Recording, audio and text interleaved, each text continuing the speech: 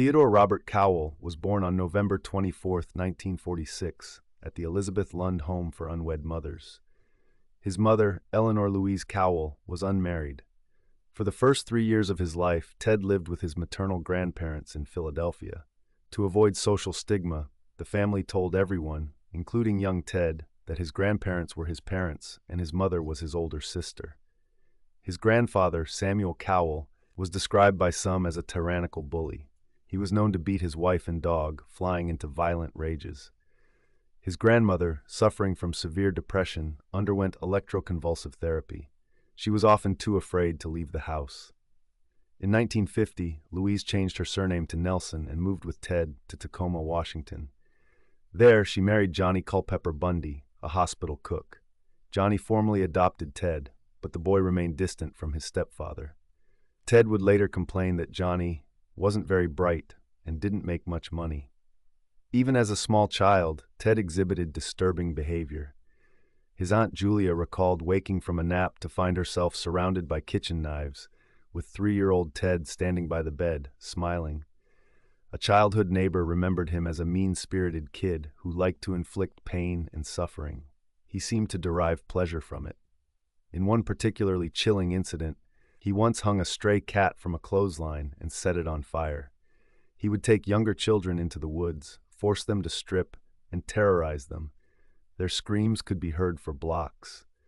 As an adolescent, Ted claimed he chose to be alone because he couldn't understand interpersonal relationships.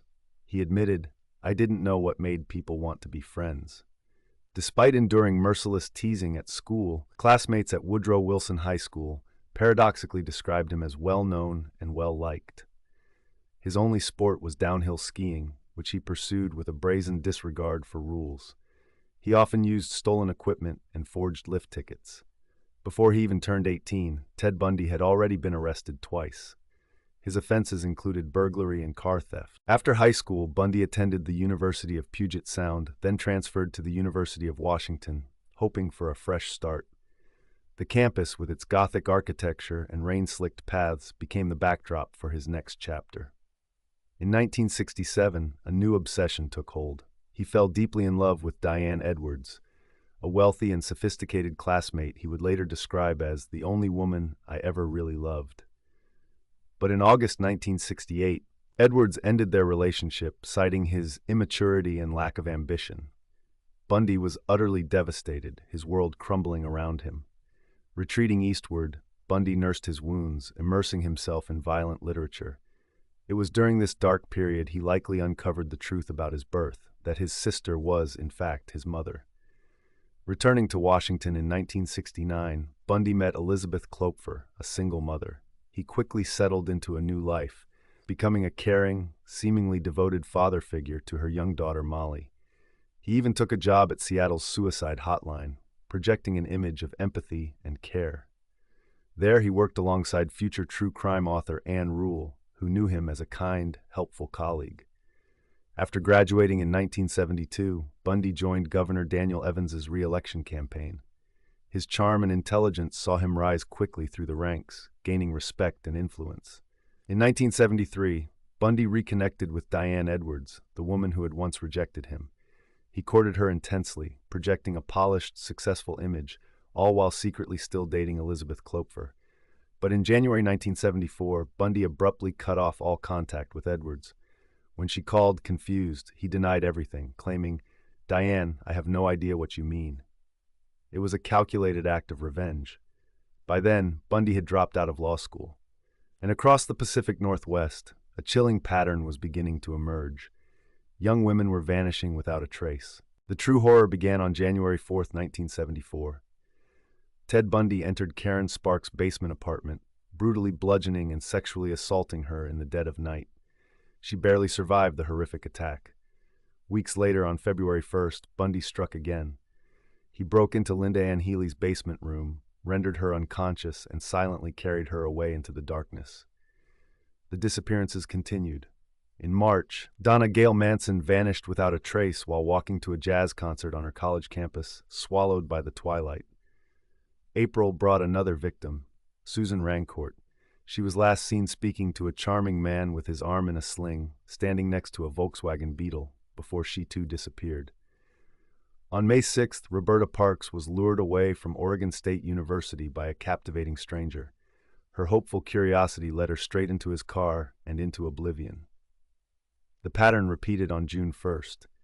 Brenda Ball was last observed talking to a man fitting the description, an arm in a sling, in a dimly lit parking lot. Then silence. 10 days later, Jorgen Hawkins vanished from a brightly lit alley, forcibly pulled into the shadows by a man wielding a crowbar. Her screams were cut short. The audacity was chilling. The very next day, Bundy returned to the crime scene, brazenly retrieving a forgotten item from the ground, even as police investigated nearby. The hunt climaxed at Lake Sammamish State Park on July 14th. In broad daylight, a handsome man in a tennis outfit with an arm in a sling charmed Janice Ott, luring her away from the crowded beach. Just hours later, at the same park, Denise Naslund walked towards a public restroom. She too vanished, leaving behind only an unbearable void. As the police composite sketch circulated, a chilling realization dawned on Elizabeth Klopfer and true crime writer Ann Rule. They both recognized the face. Ted Bundy. August 1974. Bundy moved to Salt Lake City, ostensibly to attend law school, but a new, terrifying string of disappearances began almost immediately. On November 8th, he approached Carol DeRanche in a shopping mall parking lot, identifying himself as Officer Roseland and claiming her car had been tampered with. Once inside his Volkswagen Beetle, the facade dropped. He tried to handcuff her, but in a moment of fumbling desperation, he accidentally fastened both cuffs to the same wrist. DeRanche, fueled by raw terror and sheer will, fought back ferociously, managing to scramble free from his grip and escape into the night. It was a miracle she survived. That very same evening, just blocks away, 17-year-old Deborah Kent vanished from a high school play, leaving no trace. Outside the auditorium, investigators later discovered a lone, dark metal handcuff key, the very one that would have unlocked the cuffs removed from Carol DeRanche's wrist.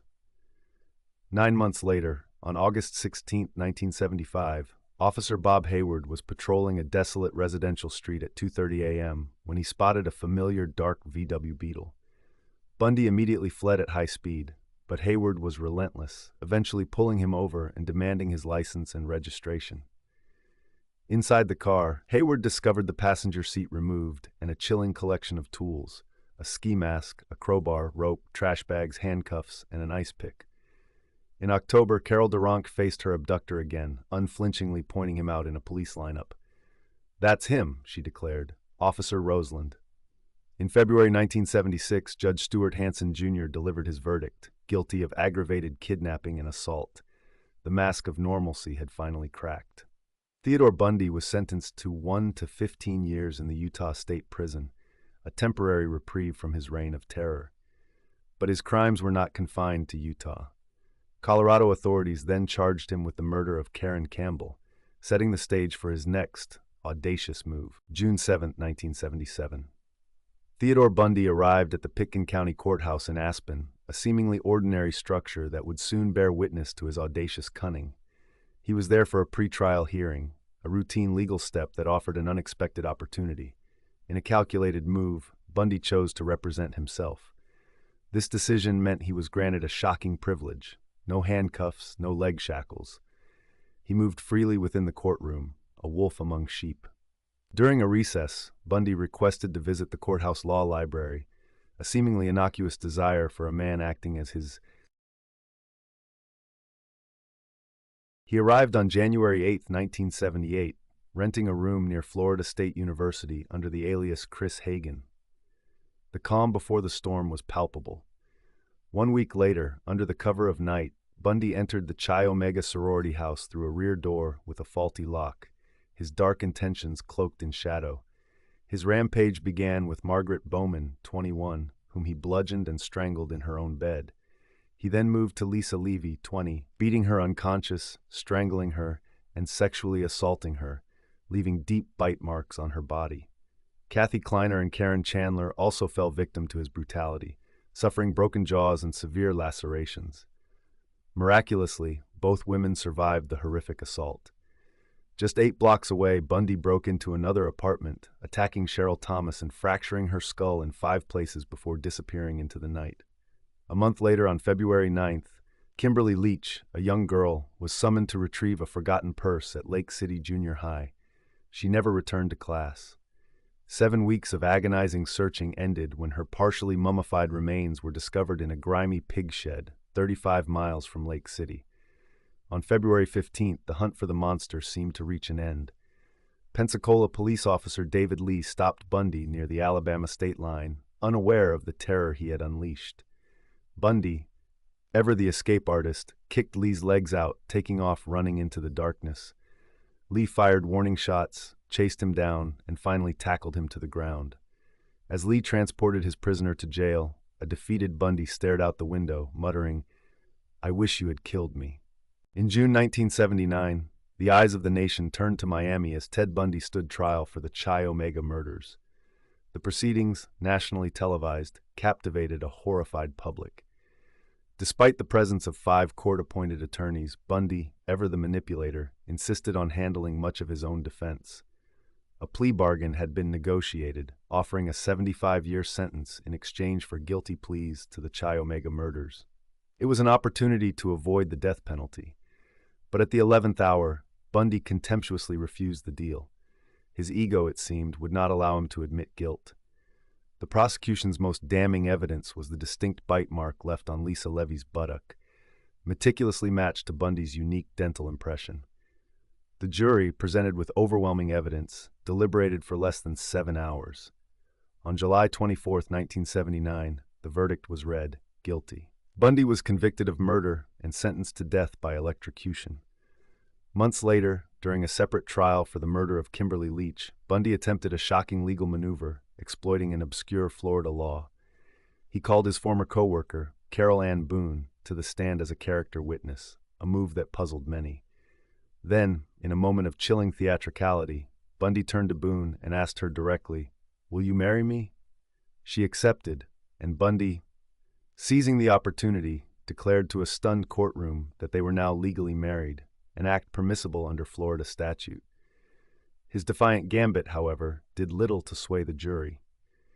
On February 10, 1980, Bundy was sentenced to death a third time for Kimberly Leach's murder.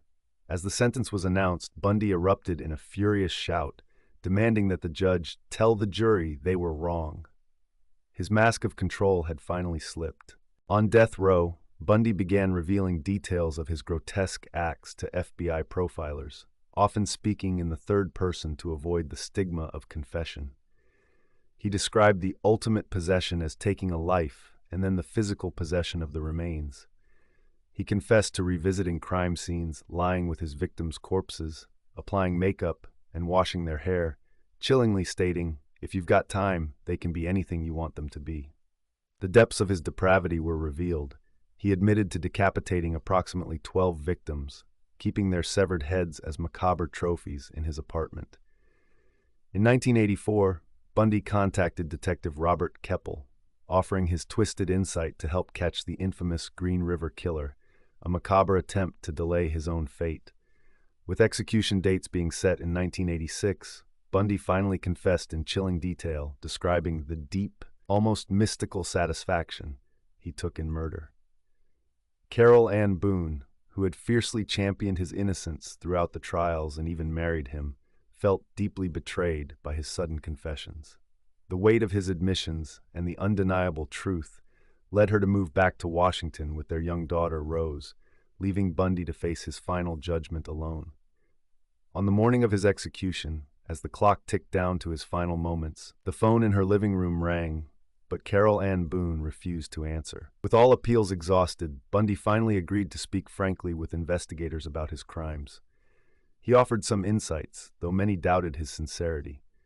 Most observers concluded it was one last manipulation, another Ted Bundy manipulation of our minds, designed to control his narrative even in his final hours. On the morning of his execution, Bundy declined a final meal. His last recorded words were to his attorney and a Methodist minister, asking them to give his love to his family and friends. Earlier, in a final phone call to his mother, he expressed remorse, stating, I'm so sorry I've given you all such grief, but a part of me was hidden all the time. It was a rare glimpse of a man wrestling with his monstrous duality. At 7:16 a.m. on January 24, 1989, Theodore Robert Bundy was executed in the electric chair at Florida State Prison. The gruesome ritual brought a definitive end to his reign of terror. Outside the prison walls, a large crowd had gathered, a macabre celebration of justice served. They cheered, sang, and even set off fireworks, marking the end of a dark chapter. As a stark white hearse carried Bundy's body away from the prison, the crowd erupted in a final cathartic roar. It was a collective sigh of relief for a nation haunted by his deeds. In accordance with his last wishes, Ted Bundy's ashes were scattered in the remote, windswept peaks of the Cascade Range in Washington state, fading into the landscape where so many of his victims had vanished.